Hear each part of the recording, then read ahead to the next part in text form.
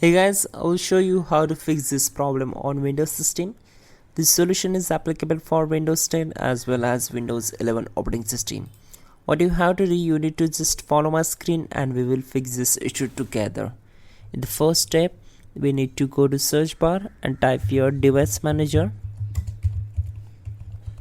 And from the search results, click here to open it.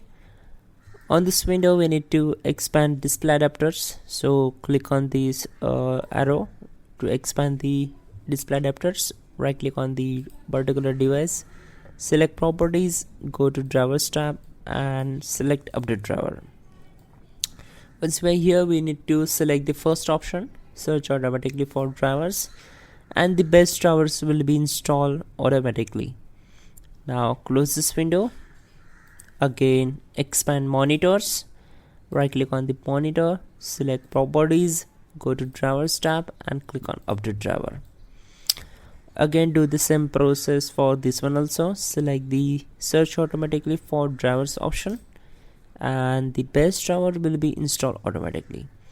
Now what we have to do, we need to just go to search bar, type your CMD, right click on it and select run as administrator. Select as, and we need to type your chkdsk and hit enter. So this process will take some time to complete the all the procedure, and we need to type in sfc space / scan now and hit enter. Again, this command will take a lot of time. Depends upon your computer configuration how fast it is.